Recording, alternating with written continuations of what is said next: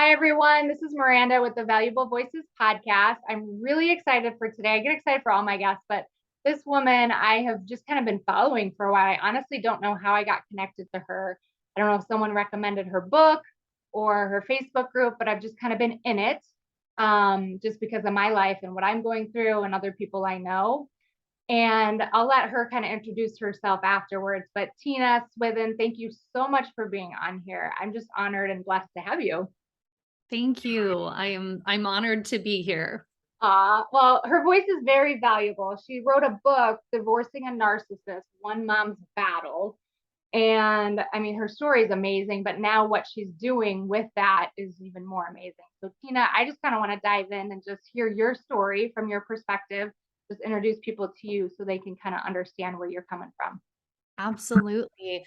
I would say my journey, a huge marker in my journey started 2008, before the word narcissist was a buzzword. And, now I feel that it's used on attorney websites and everything else for SEO, but we can't make light of this issue. It is something that has devastated countless lives. And I remember going to my therapist's office in 2008, and I had been begging my husband to go to therapy, and he refused because, of course, it was all my problems to work on. And so I remember this therapist hearing my story hour and a half and then walking across the room and bringing back the DSM-5 and the diagnostic and statistic manual and saying, I want you to read this excerpt. And it was on narcissistic personality disorder.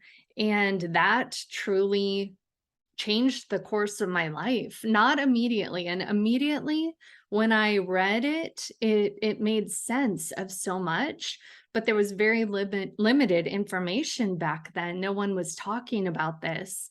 And so the part that I struggled with, I didn't want to believe that I couldn't fix him because back then I was a fixer. And so I actually felt hope. I thought if we have a label for what we're dealing with, tell me what to do. I can fix this. And unfortunately, I found out that is not that you can't. And I have a lot of compassion for the disorder itself because I can't imagine having someone tell me there's no medication, there's no therapy. And so anyway, my marriage ended within about 6 months of that. And I started off in the family court system like so many people, walking in there naively believing that we were all on the same page. We are going to protect the children. It's not about me, it's not about him. Mhm. It's about what's in their best interest. And I felt that that was as clear as day. I had been their only parent. He only popped in for photographs or community events where he could showcase himself as this doting dad, but he had no bond in relationship with the children. He didn't change diapers. I just thought it was common sense what was going to happen. And what I didn't understand back then, because we weren't talking about these issues, is that a narcissist or someone who is a high conflict person will utilize the children as weapons in an effort to maintain power and control. So it has nothing to do with their desire to be a parent or to be a part of the children's lives. When the relationship ends and they lose that power and control, the natural reaction for them is to weaponize the children. And that was not something I was prepared for. Yeah. And so I felt really blindsided and, spent about 2 years just looking like a deer in headlights in family court because you feel like you're in the twilight zone. Nothing is making sense. It's not logical. And what I quickly discovered is that his rights as a parent trumped my daughter's rights to safety. Mhm. And it was a painful realization. I was also representing myself due to severe financial abuse, so I didn't have an attorney. And it's been a long and painful journey. Yeah. Well, thank you for sharing again. Unfortunately, I know you're not alone in that, and you know that very well because now your mission is to help other women go through this. So tell us about that. How did that kind of go from there to there? I was about 2 years into the journey, and, I got so worn out, trying to explain to people what is going on because they look at you sideways, like, there has to be more to the story. This does nothing makes sense, and I kept thinking, "You're right, nothing makes sense. That's what I'm trying to explain to you." And so I started a blog, which if I had had an attorney back then, they would have never allowed that, Right. but they would have thrown themselves in front of my computer. But I started a blog because back then I truly felt like the only one. I didn't know anyone else going through this. And I titled it One Mom's Battle. I was soon after, I would say, discovered by Christy Brinkley, who was also going through a very high conflict public divorce with someone who had been diagnosed as a malignant narcissist. And when she found me and started sharing my blog with people, it really put me in an international spotlight. And I started almost overnight. I went from having about 40 hits on my website a month, and 35 of those were me logging in, um, to 40,000 in a 24-hour period of time. And so I quickly realized that I was not the only one, and that really started a journey. I often call myself an accidental author and advocate. Soon after I wrote my first book, and it has really taken off. And back then I remember saying, if I can help one other person feel less alone, if I can be the person that I so desperately needed, mission accomplished, because I had wonderful supportive people in my life, but they didn't get it. And unless somebody has walked this path, it's impossible. And I had to come to the place where I'm grateful that people don't get it, because I wouldn't wish this on anyone. Yeah. And so now, what I very much, I do a lot of coaching, consulting. I train other people to serve as high conflict divorce coaches, to be that person for others, and started a lot of advocacy work, and just trying to raise awareness. I come from a PR and marketing background. Okay. So connecting with media, trying to get this in the spotlight, because it's been kept in the dark for far too long, and so many people are suffering in silence. And I am very hopeful, platforms like this and the media finally bringing these issues to light, is the tipping point that we've needed for a long time. Yeah. So people, oh my gosh, I can't even imagine that overnight happening. It's like ready or not, here it goes. Life changing one day.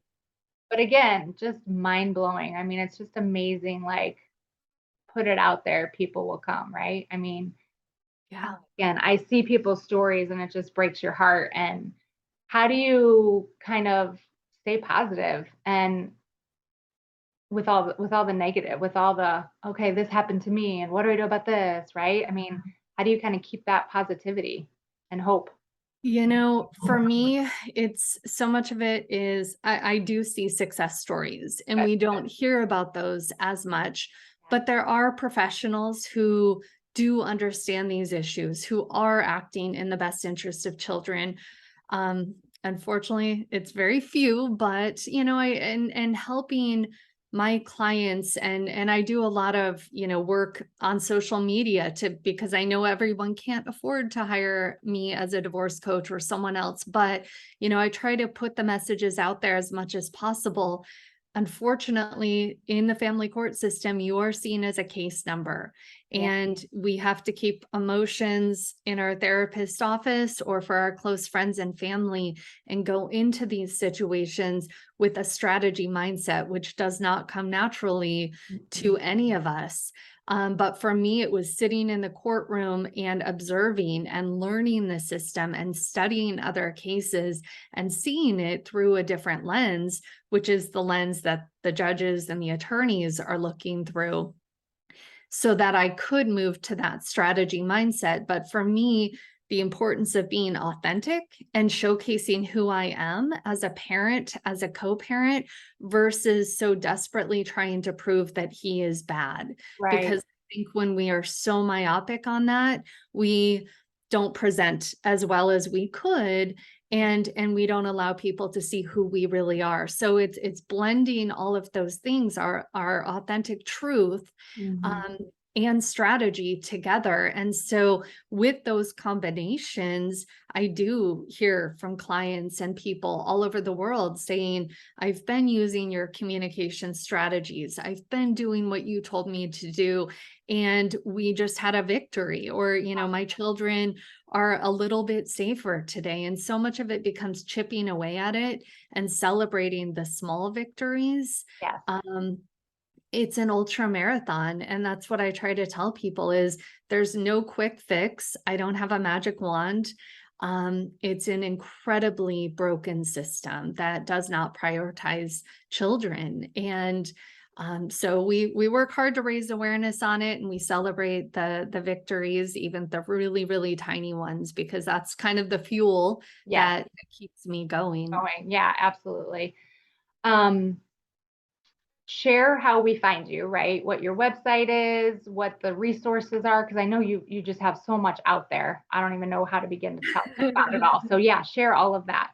Yeah, One Mom's Battle is my main website. We also have started a program where we are collecting information on family court professionals who are not acting in the best interest of children. And we are pairing people together. If 3 people have had a bad experience with a GAL, a guardian ad litem, or a custody evaluator, we're collecting those stories, and it's intheirbestinterest.com. And we would never share information publicly, but if it's shared with us, we love to connect other people because there is power in numbers. Yes. And also Family Court Awareness Month is our other website, and that is in November. We are doing a huge awareness campaign right now, leading up to November, and getting proclamations from cities and counties and states all around the country Wow. declaring November in their community as Family Court Awareness Month. So that's really exciting. If anyone's interested in getting involved in advocacy Yeah. and actually making changes, because we just had a huge, huge moment where the federal government has finally recognized that we have a crisis in the family court system. And with VAWA, Caden's law, they have really paved a super highway of reform and change. And now it's going to be state by state implementing Caden's law or keeping children safe from family violence. And so anyone who wants to get involved in that, bringing that effort to their state, nationalsafeparents.org is an umbrella advocacy organization. It is the top advocates all over the world or all over the country coming together under one umbrella. So it Wow. gives me hope. That's another, how do you keep going in this? Yeah. That's one that's, Yeah. it's needed to happen, be in place for a very long time, and it's finally happening. So yeah. All the work is paying off. Yeah, that's beautiful. I love hearing the success stories, the victories, because again, that's what people hold on to for hope. I mean, nobody plans for this, right? And you don't know it until you're in it. So I just kind of wanted to, get your name out there. Again, you've been a great resource. I just want to,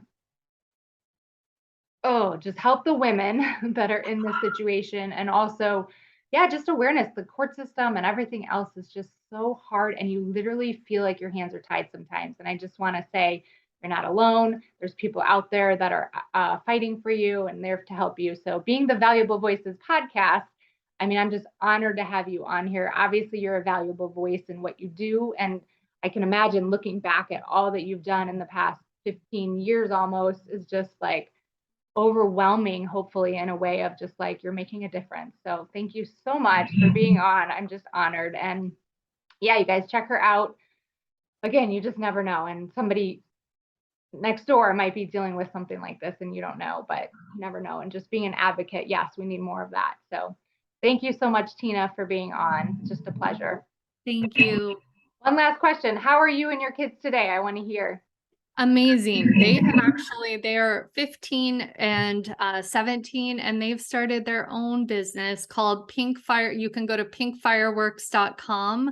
They have tons of resources for children who are stuck in these situations. And Wow. so they are amazing young ladies, and you can read all about them on their website. They run it, they do all their own social media, and it's really yeah, I'm such a proud mom.